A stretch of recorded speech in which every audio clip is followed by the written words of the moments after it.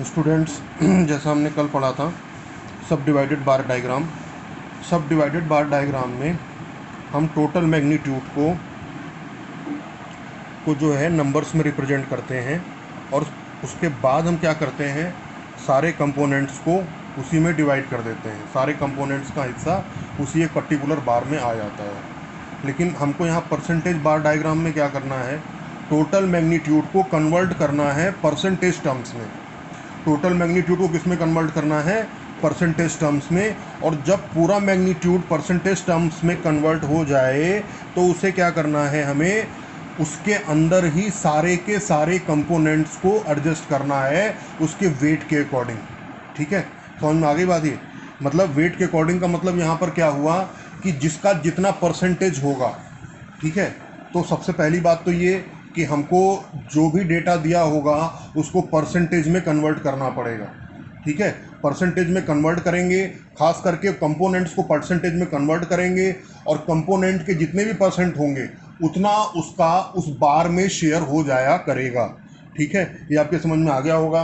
अब इसमें लिखा हुआ है, देखिए, जैसे a subdivided bar diagram which represent the percentage of total for each component instead of their magnitude is known as percentage bar diagram. ठीक है, अगर आप मैग्नीट्यूड की जगह कंपोनेंट्स को परसेंटेज में कन्वर्ट करके बनाना शुरू कर दें बार डायग्राम, तो उसी को हम परसेंटेज बार डायग्राम भी बोलते हैं। ठीक है,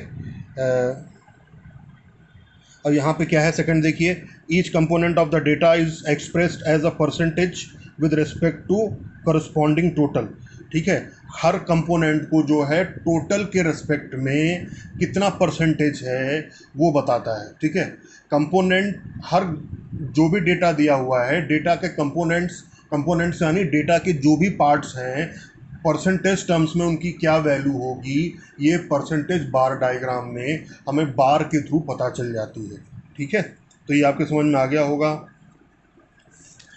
तीसरा पॉइंट है सबसे इंपॉर्टेंट, देखिए मैं जो आपको बता रहा हूँ ना, इसको फेयर कॉपी में नोट करते चलिएगा। ठीक है, thus in a bar diagram all the bars will be of height 100। जितने भी बार्स होंगे सबकी हाइट कितनी होगी, सबकी हाइट होगी 100। while the various segments of the bar representing the different components will vary in height। हालांकि सारे बार्स की हाइट तो एक जैसी होगी, लेकिन कंपोनेंट्स जो उसके अंदर के होंगे वो फ्लक्चुएट करेंगे अकॉर्डिंग टू देयर वेट।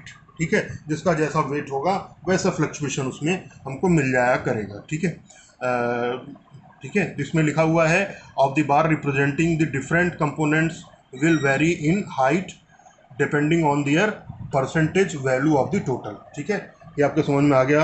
अब इसको बाकी की थ्योरी समझाने के लिए देखिए, जो मैंने कल आपको सब डिवाइडेड बार डायग्राम का न्यूमेरिकल दिया था, ठीक है, ये दिख रहा है आपको साफ साफ, ये दिख रहा है आपको, ये क्वेश्चन है, क्वेश्चन असाइनमेंट में। ठीक है, show the following detail of the monthly expenditure of two families given below by the subdivided bar diagram. ठीक है, ये दिया हुआ है। यही न्यूमेरिकल जो है, ये न्यूमेरिकल हम लोगों ने को करना है परसेंटेज बार डायग्राम से। इसको कैसे करेंगे आइए देखते हैं। ठीक है, तो इसके लिए हमने एक छोटी सी टेबल बना ली। अब इस टेबल में देखिए क्या दिया हुआ है, 5 आइटम है टोटल, पाँचों आइटम दिए हुए हैं। एक तरफ हमने लिख लिया फैमिली ए। फैमिली ए की इनकम कितनी है, फैमिली ए की इनकम है कितनी, 25,000। ठीक है, 25,000 इनकम है। ठीक है, ये आपने लिख ली जो भी इनकम थी इधर से, देखिए डेटा से 10,000, 5,000, 4,000, 4,500 और 1,500। ठीक है, ये सारी वैल्यूज़ आपने यहाँ लिख ली। ठीक है, अब इसे परसेंटेज में कन्वर्ट करना है। कैसे कन्वर्ट करेंगे, देखिए मैंने नीचे करा है। ठीक है, जैसे हमने देखा है कि फूड का कितना है 10,000। ठीक है, और टोटल कितना है 25,000, इनकम कितनी 25,000। हमने कर लिया 10,000 इंटू 100 बाई टोटल, यानी कि 25,000, तो कितना आ गया 40। इसी तरीके से क्लॉथिंग का कितना है 5,000, 5,000 है क्लॉथिंग का, 5,000 इंटू 100 बाई 25,000 कितना आया 20%। ठीक है, इसी तरीके से 4,000 हाउसिंग रेंट है, 4,000 हाउसिंग रेंट है। हाँ, अब हाउस रेंट का 4,000 की कितनी वैल्यू आ गई यहाँ पर हमारी वैल्यू आ गई, यहाँ पर हाउस रेंट की वैल्यू कितनी आ गई परसेंटेज टर्म्स में 16। ठीक है, अगर आप कैलकुलेट करेंगे तो यहाँ भी आपको पता चल जाएगा। ठीक है, तो ये आपको समझ में आ गया होगा ईजिली, ठीक है, 16%, ठीक है। तो इस तरीके से आपने निकाल लिया। ठीक इसी तरीके से मिसलेनियस का भी निकाल लेंगे, जिसकी वैल्यू 4,500 दी हुई है, और सेविंग्स का भी निकाल लेंगे, ये दी हुई है। अगर हम कैलकुलेट करेंगे तो परसेंटेज टर्म्स में मिसलेनियस की वैल्यू आ जाएगी 18 और सेविंग्स की वैल्यू आ जाएगी 6, ठीक है। तो ये आपके समझ में आ गया होगा। इसी तरीके से डेटा दिया हुआ है आपका फैमिली बी की इनकम का, उसमें उसमें भी अलग अलग दिया हुआ है कंजम्पशन। फूड का अलग दिया है 12,000, क्लॉथिंग 10,000, हाउस रेंट 6, मिसलेनियस 8,000 और सेविंग्स 4,000, ठीक है। तो ये सब डेटा आपके दिए हुए हैं। अब हमने देखा क्या कि ये टोटल मिला के 100 है, तो अब इसको भी हमको कैलकुलेट वैसे ही करना है जैसे मैंने अभी आपको नीचे बताया, ठीक है। ऐसे कैलकुलेट करना है यहाँ पे। तो 12,000 इंटू 100 अपॉन, यहाँ पे इनकम कितनी दी हुई है, इनकम दी हुई है फैमिली बी की 40,000। तो यहाँ पे जहाँ 25,000 लिखा था वहाँ पे 40,000 हो गया। अभी आप 40,000 करेंगे यहाँ पे तो you will get the answer, ठीक है। तो यहाँ पे कितना आ गया, यहाँ पर आ गया आपका 30, ठीक है। इसी तरीके से आप कैलकुलेट करते जाएंगे, you will get the answer, ठीक है। आप लगातार कैलकुलेट करते जाएंगे।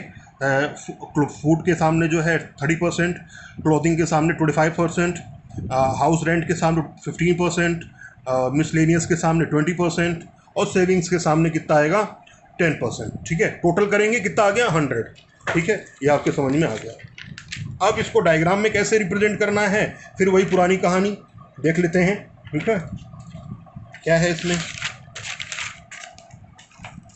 अब अभी देखिए आपको करना क्या है, आपको करना ये है, देखिए सबसे पहले इनके शेड्स डिसाइड करिए। देखिए मैंने अपने हिसाब से डिसाइड किया है। मैंने आपको पहले बताया 5 आइटम हैं, पांचों के लिए हमने शेड्स डिसाइड कर लिए। जैसे मैंने फूड के लिए क्या की, छोटे छोटे गोले बना लिए। हॉरिजॉन्टल लाइन किसके लिए बनाई, क्लॉथिंग के लिए। हाउस रेंट के लिए कितना बनाया, वर्टिकल लाइन बनाई। इधर स्पेस नहीं था तो मैंने इधर लिख लिया। मिसलेनियस के लिए हमने क्या किया, क्रॉस वाली लाइन बनाई। और सेविंग को बिल्कुल हमने ऐसे ही रहने दिया, ठीक है, उसमें हमने कोई छिड़खानी नहीं की। स्केल मैंने क्या बनाई है, देखिए आपके सामने है। स्केल 1 सेंटीमीटर बराबर 20% के बनाया है। स्केल कितनी बनाई है, 1 सेंटीमीटर बराबर 20% की, ठीक है।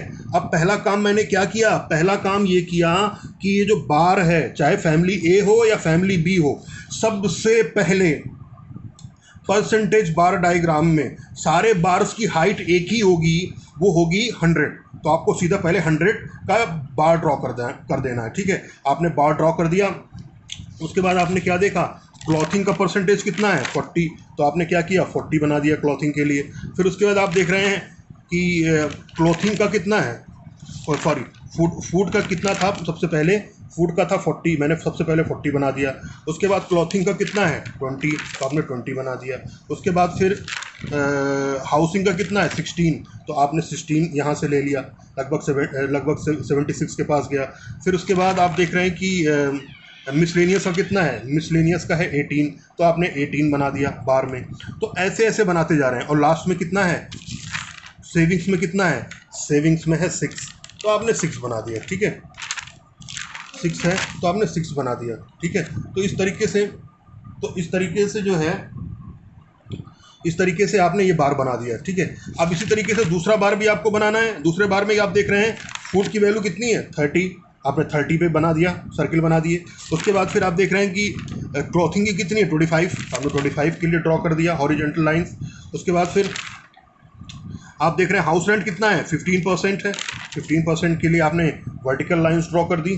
उसके बाद फिर है मिसलेनियस कितना है 20%, तो आपने 20% के लिए क्रॉस लाइन ड्रॉ कर दी।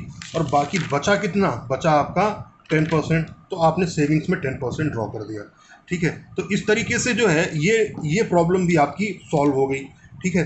तो ये हुआ आपका परसेंटेज बार डायग्राम मेथड, ठीक है। तो ये आपको आई होप समझ में आ गया होगा। आप अपनी तरफ से कोशिश करेंगे, मुझे पूरी उम्मीद है, ठीक है। इसके अलावा जो है मैं आपको कुछ असाइनमेंट भी दे रहा हूँ जो आपको कल करके दिखाना है मुझको, ठीक है।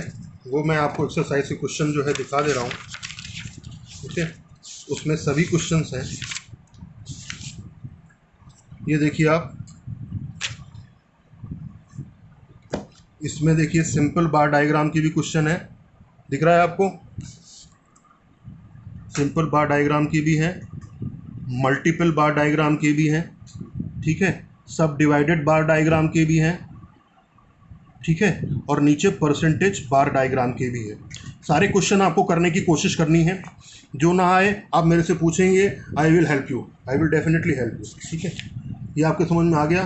तो आप कल क्या करेंगे, कल आपका काम ये है, सिंपल बार डायग्राम क्वेश्चन नंबर 1 से लेकर के क्वेश्चन नंबर 5 तक, क्वेश्चन नंबर 1 से लेकर के क्वेश्चन नंबर 5 तक के सारे क्वेश्चन आपको करके कल दिखाना है। व्हाट्सएप पे आप फ़ोटो खींच करके उस पर भेज दीजिएगा। ठीक है, सो दैट मुझे भी लगे कि आप वीडियो देख रहे हैं, कुछ आपको समझ में आ रहा है। ठीक है, आप इतना करके कल दिखाएंगे, उसके बाद हम आपको कल बताएंगे deviation bar diagram. Okay class, thank you.